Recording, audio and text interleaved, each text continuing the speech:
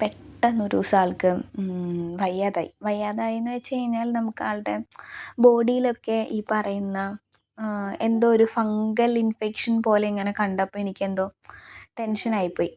കാരണം നമ്മുടെ കൂട്ടത്തിലെ ഒരാൾ തന്നെയാണല്ലോ. അങ്ങനെ പറഞ്ഞു കഴിഞ്ഞപ്പോൾ നമുക്കവിടെ തൊട്ടടുത്തല്ല, ഒരു 3-4 കിലോമീറ്ററിൻ്റെ അങ്ങോട്ടേക്ക് നീങ്ങിയിട്ടൊരു പെറ്റ് ക്ലിനിക്ക് ഉണ്ട്. നമ്മളിങ്ങനെ ടൗണിലോട്ട് പോകുമ്പോഴൊക്കെ കാണലുണ്ട്. അപ്പോൾ നമ്മൾ ആ പെറ്റ് ക്ലിനിക്കിലോട്ട് കൊണ്ടുപോയി.